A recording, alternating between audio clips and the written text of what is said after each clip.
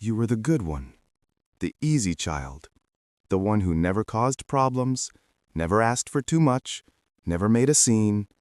While your siblings demanded attention, threw tantrums, and got their needs met, you learned to be invisible, manageable, low maintenance. And everyone praised you for it.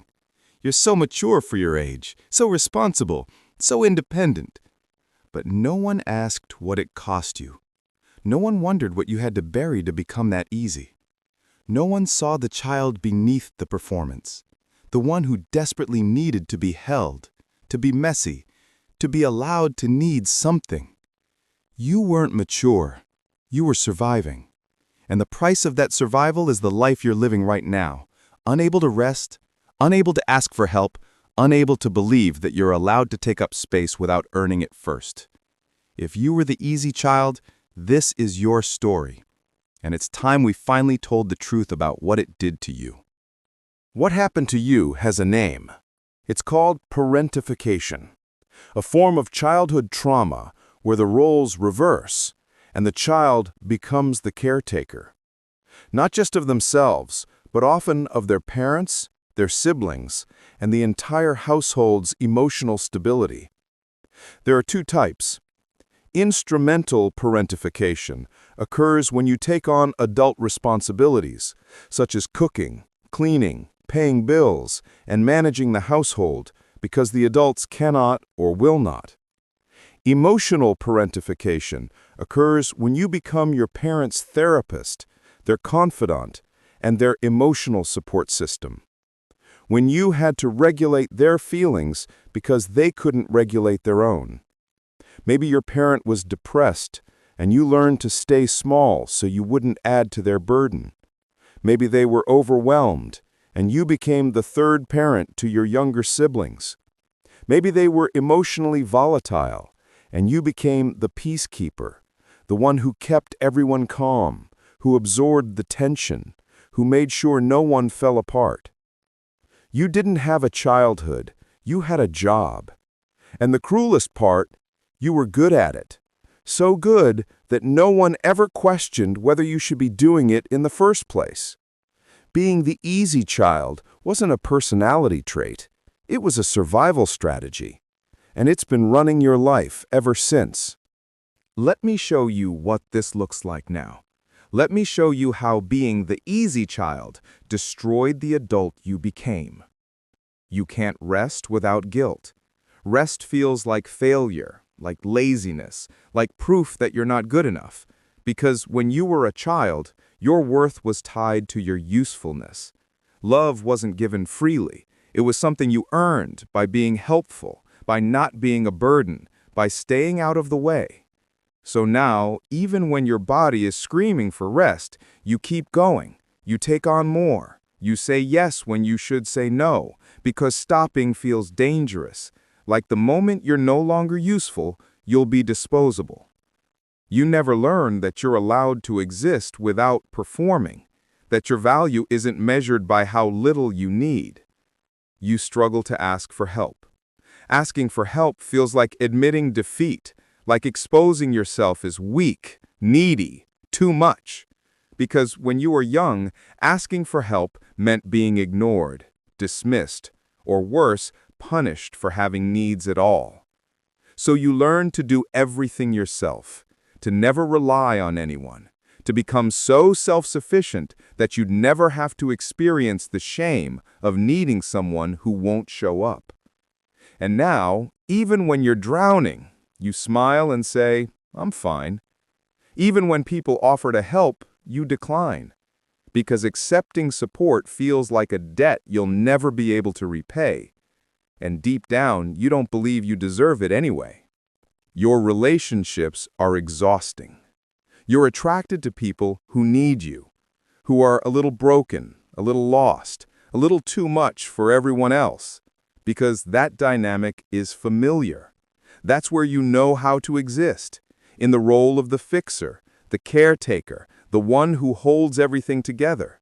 But it's a trap. Because the moment you try to have needs of your own, the relationship falls apart. The moment you're the one who needs support, suddenly they're unavailable, or resentful, or confused. What's wrong with you? You've always been so strong. You've been cast as the strong one for so long that no one knows how to hold you when you're not, and you don't know how to let them. So you end up in relationships where you give and give and give until you're empty. And then you wonder why you're always the one who cares more. Why are you always the one left holding the weight? You can't tolerate your own emotions. When you feel sad, angry, or scared, you shut it down immediately. Because emotions weren't safe when you were a child. Your parents couldn't handle their own feelings, let alone yours.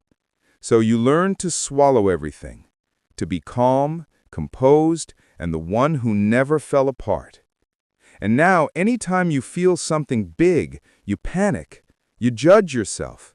Why am I being so dramatic? Other people have it worse. I should be grateful. I'm fine. But you're not fine. You're a pressure cooker that's been sealed shut for decades. And eventually, that grief, the grief of the childhood you never got to have, will find its way out. Through burnout, through breakdowns, through your body saying enough in ways you can't ignore anymore. You don't know who you are. You spent your entire childhood managing other people's needs, other people's emotions, other people's lives. You never got the chance to figure out who you are, what you want, what you need. So now when someone asks, "What do you want to do?" you freeze. When they say, "What makes you happy?" you don't have an answer. Because you've been so busy being what everyone else needed that you never learned to listen to yourself. You're a shell of competence with no idea what's inside. And the thought of exploring that, of slowing down enough to find out, is terrifying. Because what if there's nothing there? What if you erased yourself so completely that there's no you left to find? So how did this happen? How does a child become this? It starts with a family system that's broken. Parents who are emotionally unavailable, overwhelmed, immature, or dealing with their own unhealed trauma. They can't show up for their children because they're barely holding themselves together. And children are wired for survival. When the adults can't function, someone has to step in. Someone has to keep the family from falling apart. And if you're the empathetic one, the sensitive one, the one who can read the room and anticipate everyone's needs, you become that someone. You learned that being good kept you safe, that being easy meant you wouldn't be yelled at, neglected, or abandoned, that if you could just be less needy, less emotional, less of a burden, then maybe you'd be loved.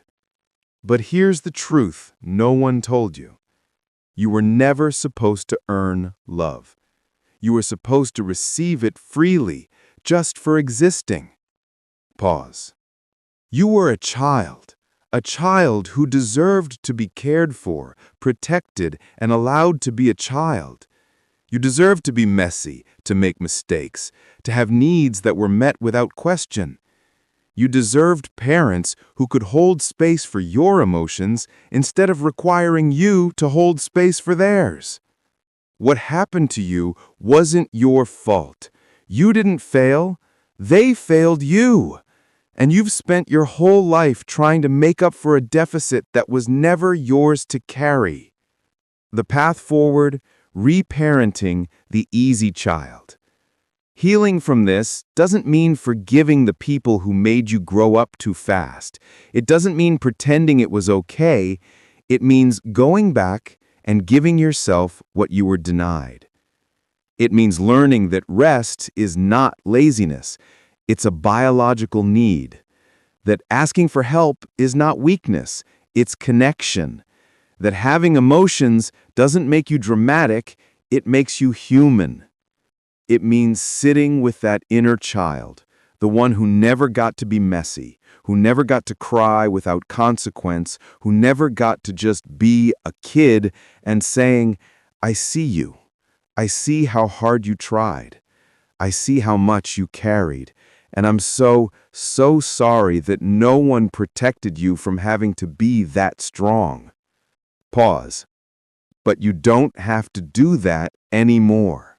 You don't have to earn my love. You don't have to be useful to matter. You are enough, exactly as you are. Messy, tired, imperfect, and still worthy of care. This is the work. Not just intellectually understanding what happened, but viscerally reteaching your nervous system that you are safe to need, safe to rest, safe to take up space. It won't happen overnight. You've spent decades operating from this template. But every time you let yourself rest without justifying it, every time you ask for help and accept it, every time you honor your emotions instead of shutting them down, you're rewriting the story. You're proving to that easy child inside you that they're finally safe. So here's what I need you to understand. You were not born to be convenient. You were not put on this earth to manage other people's inability to show up for themselves. You were not meant to shrink yourself into nothing so that everyone else could be comfortable. Being the easy child didn't make you special. It made you invisible. And you've been trying to earn visibility ever since, by being perfect, by being helpful, by being the one who never needs anything. But you can't heal what you won't grieve. And you need to grieve the childhood you didn't get, the parents who couldn't be what you needed, the years you spent raising yourself when someone should have been raising you. You were a child who had to become an adult too soon, and now you're an adult who never learned how to be soft. But it's not too late. You can still learn. You can still rest. You can still be held. The people who truly love you won't need you to stay small. They won't require you to be easy.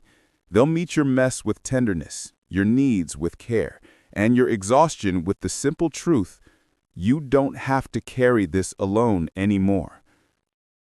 If this resonated, hit the like button and tell me in the comments, what's one thing you had to do as a child that you should never have been responsible for? Let's name it. Let's honor what was taken from you. You deserved better then, and you deserve better now.